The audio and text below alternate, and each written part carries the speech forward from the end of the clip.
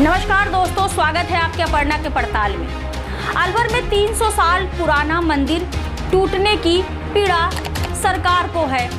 दो पार्टियां आपस में एक दूसरे को दोषारोपण कर रही हैं, लेकिन इस अतिक्रमण और विकास के नाम पर जिन गरीबों के घर टूटे हैं, जो बेरोजगारी आ गई है, जिनके रोजगार खत्म हो गए हैं, जिनका आशियाना पल भर में खुले आसमान में तब्दील हो गया है, उनके बारे में कोई नहीं सोच रहा। उनके मुआवजे की तो बहुत दूर की बात है साहब, उनके पुनर्वास के बारे में कोई विचार नहीं है। इस भीषण गर्मी में जब हम और आप एसी और कूलर से निकलना नहीं चाहते हैं, वो गरीब, वो बेघर खुले आसमान के नीचे इस तपती धूप में बिना पानी और बिना बिजली के रहने को मजबूर हैं।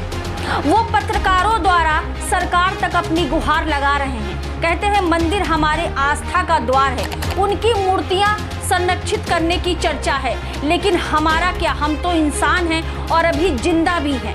हमारे बारे में और हमारे ऊपर आला कमान की दृष्टि कब पड़ेगी? दो पार्टी यानी कि भारतीय जनता पार्टी और कांग्रेस के बीच सियासी सभाएं तो शुरू हो गई हैं, एक दूसरे के ऊपर दोषारोपण भी शुरू हो चुके हैं, लेकिन इन गरीबों और जो अभी अभी बेरोजगार हो गए हैं, उनके ऊपर किसी की दृष्टि नहीं जा रही है।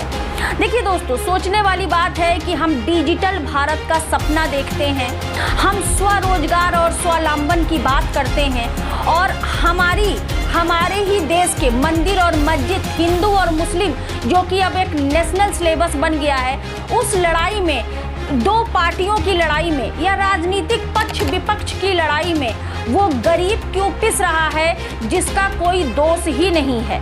इनकी सुनवाई कौन करेगा? पिछले कई दिनों से जो है सांप्रदायिक मुद्दे उठ रहे हैं, कभी धर्म पे, कभी जाति पे, कभी मंदिर पे, नमाज पे, तमाम तरह की मुद्दाएं उठ रही, लेकिन इसमें पिस कौन रहा है? गरीब जनता पिस रही है।